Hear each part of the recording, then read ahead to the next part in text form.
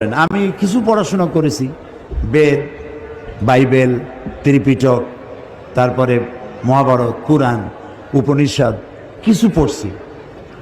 তো ওটা আমি এই বেদ, বাইবেল সমস্ত ধর্মগ্রন্থকে আমরা শ্রদ্ধা করি।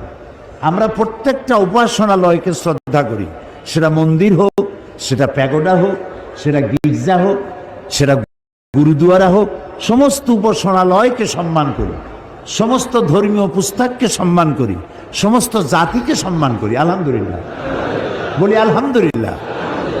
যেহেতু ইসলাম হচ্ছে মহাসাগর, উদার, মহাসাগরের মতো উদার, মহাকাশের মতো উদার। সুবহানাল্লাহ। পাগলেরা তারা বলে ইসলাম হলো মৌলবাদ, সাম্প্রদায়িক, হাবিজাবি, এইসব কথা বলে। এগুলো কি পাগল না মাথা গোল আল্লাহ জানে। তো প্রথম কথা হচ্ছে যে ইসলাম গতানুগতিক কোনো ধর্মের নাম নয়, এটি একটি পূর্ণাঙ্গ জীবন ব্যবস্থা, কমপ্লিট কোড অফ লাইফ, পূর্ণাঙ্গ জীবন ব্যবস্থা। ইসলাম মানুষের জীবনের কোনো খণ্ডিত অংশকে শাসন করে না, নিয়ন্ত্রণ করে না, গোটা জিন্দিগিটাকেই নিয়ন্ত্রণ করে। সুবহানাল্লাহ। তাহলেই আমি মুসলমান। একটা দৃষ্টান্ত দেই। গরু আছে না বগুড়ায়?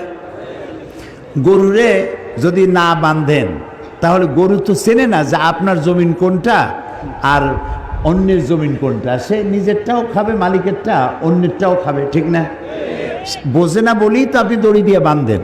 দড়ি দিয়ে বাঁধতে থইলে সে তার নির্দিষ্ট এরিয়ার দড়ি যদ্দূর যাবে অদ্দূর খাবে, এর বাইরে যাবে না। আল্লাহ তাআলা গরুর থেকে মানুষকে সম্মান দিয়েছেন, মর্যাদা দিয়েছেন। সেই জন্য প্রকাশ্য কোনো দড়ি দিয়ে বাঁধেন নাই। আল্লাহ তাআলা একটা অদৃশ্য দড়ি দিয়ে বাঁধছেন। সেই দড়িটার নাম হলো ঈমান। সেই দড়িটার নাম কি? ঈমান। লা ইলাহা ইল্লাল্লাহু মুহাম্মাদুর রাসূলুল্লাহ। পড়েন লা ইলাহা ইল্লাল্লাহ, লা ইলাহা ইল্লাল্লাহ, লা